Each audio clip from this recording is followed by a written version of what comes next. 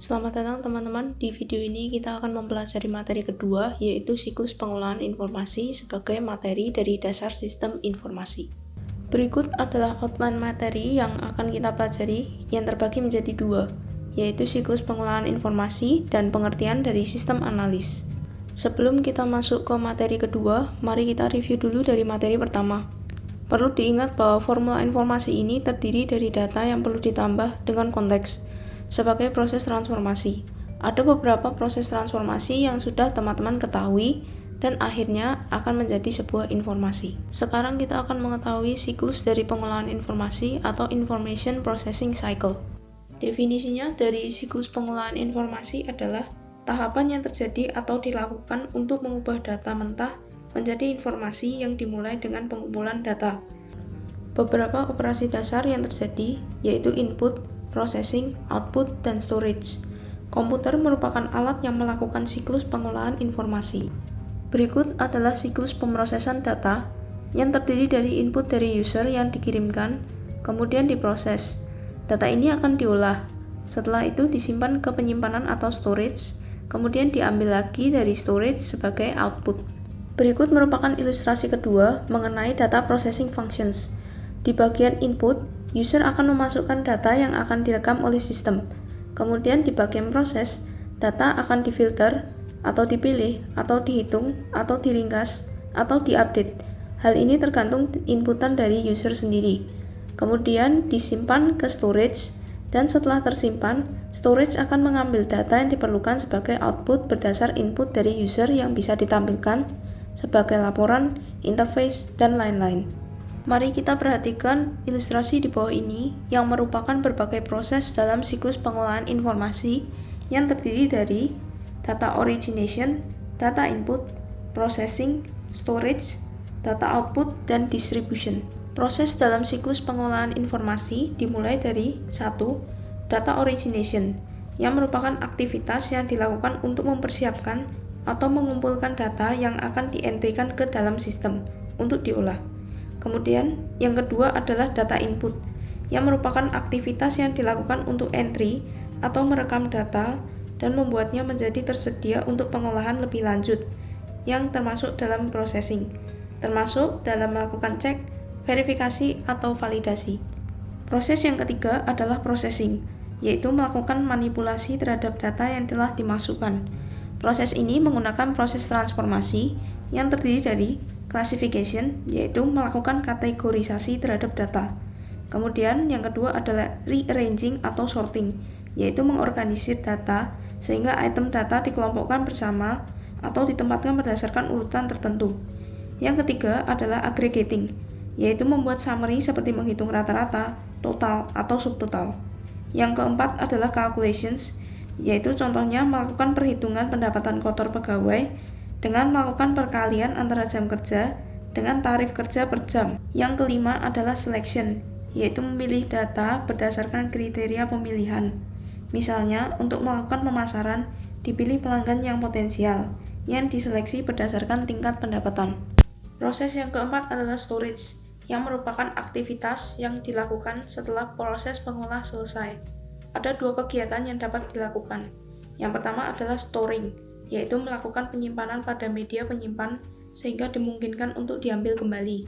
Yang kedua adalah retrieval, yaitu membaca atau mengambil kembali data atau informasi yang telah disimpan untuk keperluan tertentu atau pengolahan lebih lanjut. Proses yang kelima adalah data output, yang merupakan aktivitas yang dilakukan untuk berbagi atau memberikan informasi kepada pengguna, termasuk aktivitas reproduksi yaitu menyalin atau copy atau menduplikasi data atau informasi. Proses yang keenam adalah distribusi, aktivitas yang dilakukan untuk menyerahkan informasi atau report dalam bentuk hard copy atau soft copy kepada pengguna. Peranan komputer dalam siklus adalah menerima data melalui piranti input, memproses data dengan menggunakan microprocessors, menyimpan data dalam media penyimpanan, dan mengeluarkan data melalui piranti output. Untuk mempermudah pemahaman teman-teman, kita akan mempelajari siklus pengolahan informasi dengan analogi. Proses 1, analoginya, mulai dengan ide, origination.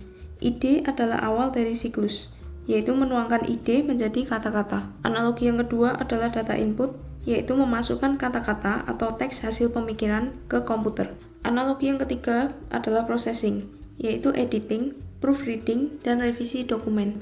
Analogi yang keempat adalah storage, yaitu menyimpan dokumen pada media penyimpan sekunder. Analogi yang kelima adalah data output. Terbagi menjadi dua, yaitu printout dokumen atau pembacaan dari layar atau soft copy. Yang kedua adalah replication atau membuat salinan dokumen. Analogi yang keenam adalah distribution, yaitu memberikan dokumen ke pengguna secara langsung atau secara elektronik melalui fax atau email. Jika hasilnya buku, memberikan ke toko buku untuk dijual. Sekarang kita akan mendalami mengenai sistem analis. Untuk tugasnya dalam pengembangan SI adalah membuat model data dan model proses. Sistem analisis. Pada prinsipnya, sebuah sistem informasi digunakan untuk membantu organisasi dalam menjalankan bisnisnya. Organisasi menjalankan berbagai proses bisnis dalam kesehariannya. Untuk menangkap kebutuhan akan sistem, maka perlu dilakukan permodelan akan proses bisnis yang dilakukan tersebut.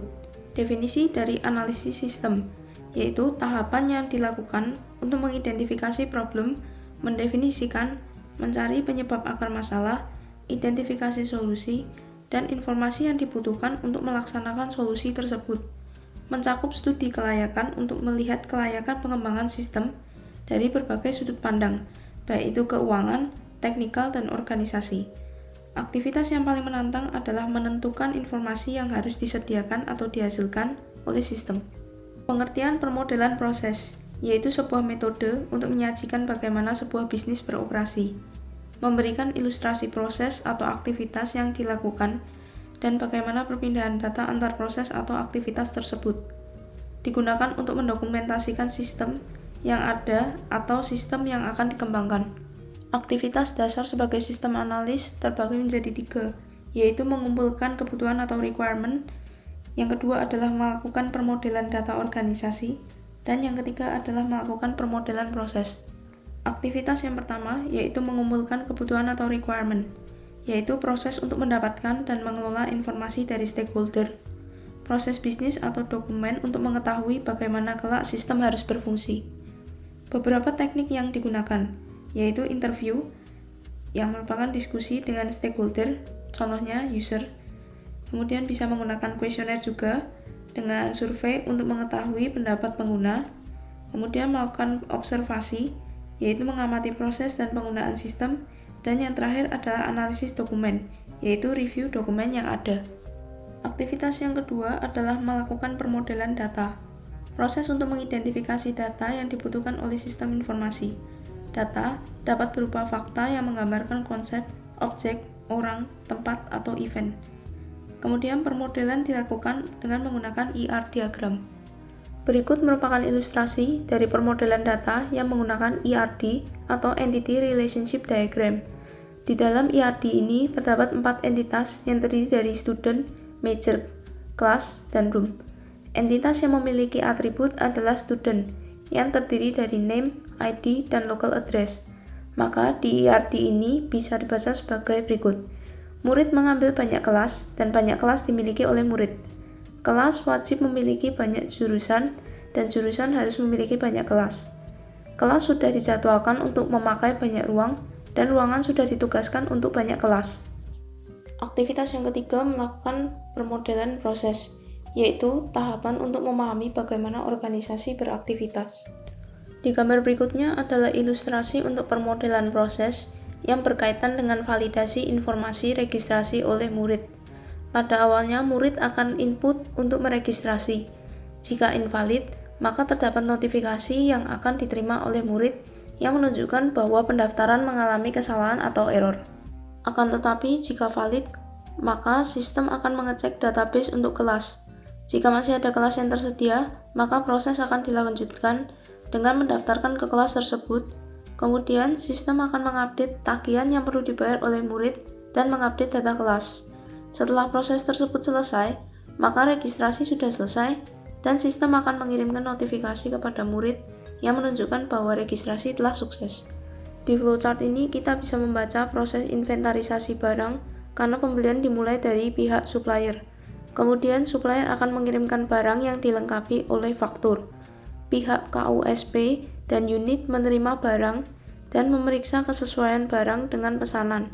Kemudian pihak KUSP akan menerbitkan surat permohonan pembayaran utang atau yang disingkat dengan SPU yang akan dikirimkan ke pihak keuangan dan pihak keuangan akan melakukan pembayaran kepada supplier.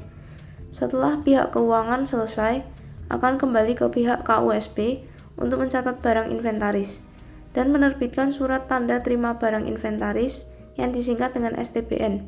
Dan proses ini berakhir sampai ditanda selesai. Berikut merupakan ilustrasi dari kebutuhan data, data flow, dan processing logic.